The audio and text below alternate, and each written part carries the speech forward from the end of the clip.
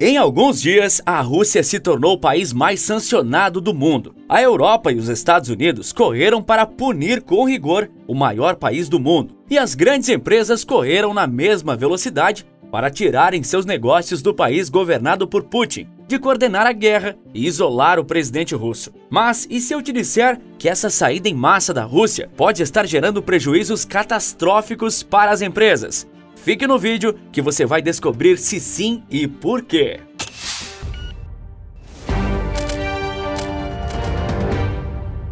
Até onde você tem coragem de desafiar a fúria de uma superpotência? A fúria da Rússia é mostrada por meio de seu temido exército e suas 6.000 bombas atômicas, o maior arsenal do mundo. Apesar de ser igualmente poderoso na área militar, os Estados Unidos estão usando gigantesca força econômica para sufocar a Rússia, e as empresas multinacionais com sede ou negócios no país americano não querem correr o risco de ficar na Rússia e enfrentar punições dos Estados Unidos. Portanto, com alguns dias de conflito, Apple, Adidas, McDonald's, Shell, Disney, Zara e várias outras grandes marcas fugiram do solo russo. Mas boa parte disso também acontece por outro motivo, que se tornou muito comum cada vez que o mundo passou a ser mais conectado: a opinião pública. As marcas querem, acima de tudo, manterem seus nomes e imagens longe dos horrores da guerra e também de um país que passou a ser odiado por muitos europeus e americanos. Consumidores, com o advento da internet, fazem questão de pressionar cada vez mais suas empresas favoritas para que elas saiam da Rússia. Se elas ficarem, os consumidores entendem que é uma forma de apoio ao governo de Putin e à invasão. Sendo assim, eles param de consumir os produtos e serviços dessas empresas, ou pelo menos dizem que vão. Muitas empresas fizeram isso, e algumas estão amargando prejuízos por essa decisão. O caso mais notório é o da Shell, como foi revelado pela própria companhia. A companhia de petróleo e gás anunciou que interromperia suas atividades na Rússia no início de março. A Rússia é um dos maiores produtores mundiais de petróleo e gás, justamente a área de atuação da Shell. O caso da Shell se tornou muito emblemático antes mesmo da empresa interromper suas atividades no país de Putin. Com alguns dias da invasão, a Shell anunciou o bloqueio de algumas atividades com a Rússia, como o rompimento da parceria com a estatal russa de gás, a Gazprom. A essa altura,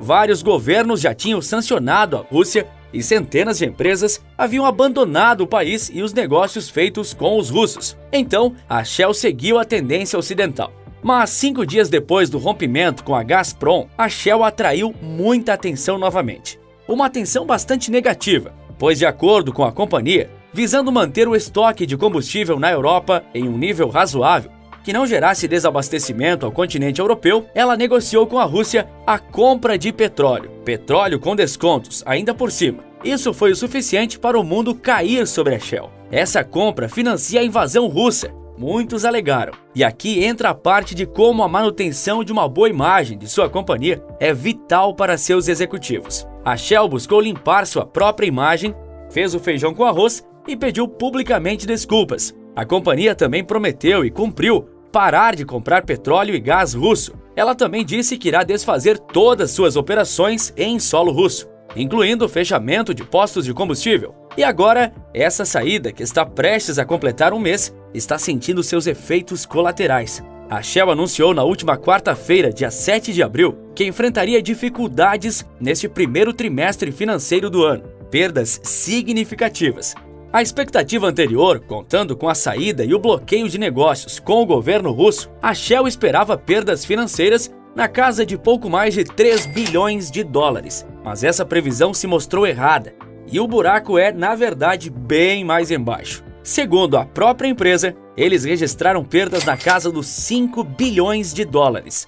A força russa não está resumida a seu poderio militar. Ela também se encontra, talvez, até em melhor posição no fato de a Rússia ser uma enorme produtora e exportadora de petróleo e gás. Nos últimos anos, principalmente após a virada do século, a Europa se tornou bastante dependente do gás russo para se aquecer no duro inverno europeu. A Alemanha, principalmente, inclusive o presidente da Alemanha, que exerce um cargo mais figurativo, disse que eles erraram ao confiar tanto nos russos e se tornaram tão dependentes do gás da Rússia. Tanto que a Alemanha prometeu que buscaria outras alternativas de energia para o futuro, mas não parou de receber gás russo, mesmo após a invasão. A maioria esmagadora da Europa ainda paga pelo gás russo, o que pode ser dito e visto como uma forma de financiar a guerra na Ucrânia. Os Estados Unidos pressionam para que os europeus suspendam a importação de gás e petróleo russo, garantindo aos seus aliados europeus uma entrega alternativa por meio de gasodutos intercontinentais. Porém, não é tão simples. Pouca na economia global é simples, já que o mundo inteiro praticamente está integrado e cada cadeia de produção tem pequenos detalhes que, se saírem do lugar, tudo desmorona. Mas mostrando como a economia global depende bastante da geração de energia da Rússia, é importante dizer que não foi só a Shell a acumular problemas depois da saída do território russo.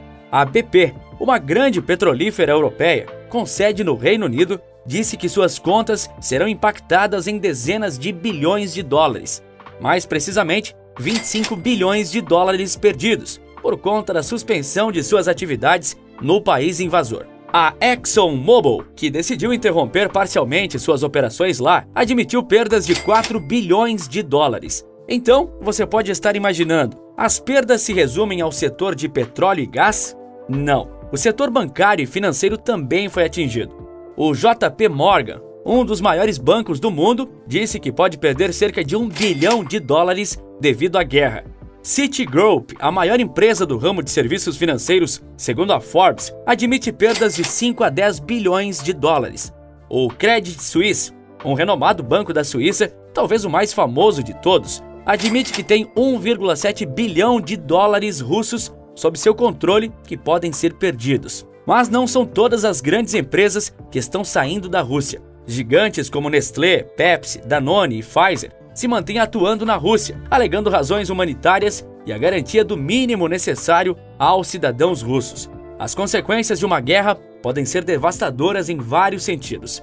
Quando um mundo tão globalizado como o nosso, em que tudo é um grande quebra-cabeça, quando uma peça sai do lugar, todo o desenho é perdido. Como um efeito dominó, algo do outro lado do mundo pode afetar a gente aqui no Brasil. E já começa a afetar. O preço da gasolina e do diesel, que já não era baixo, foi reajustado por conta da guerra e o aumento brusco do preço do petróleo, passando dos 130 dólares por barril no pior cenário. Nós somos afetados também por coisas até mais simples. A escassez de óleo de girassol, que era amplamente produzido pela Ucrânia, aumentou a procura do brasileiro pelo óleo de soja. Esse aumento da procura, sem que a oferta tenha aumentado também, gerou uma subida nos preços do óleo de soja, o que afeta até pequenos negócios, empreendimentos simples. Por exemplo, alguém que faz churros para vender e usa óleo de soja para fritar a massa, viu o custo de produção subir e então, para não repassar os custos adicionais ao cliente, precisa cortar a própria margem de lucro. Dos grandes aos pequenos, todos sofrem com as consequências da guerra. A Rússia, principalmente. O país provavelmente vai ver sua economia desabar mais de 15% neste ano. É um preço caríssimo a se pagar pela guerra. Ação e reação, não é? Mas você sabia que não é só lá na Europa que algumas empresas estão tendo problemas? Aqui no Brasil tem algumas com problemas também. Clique no vídeo que está aparecendo agora na tela e eu te conto tudo sobre a queda impressionante das ações da Magalu. Por esse vídeo é isso. Um forte abraço e bons negócios!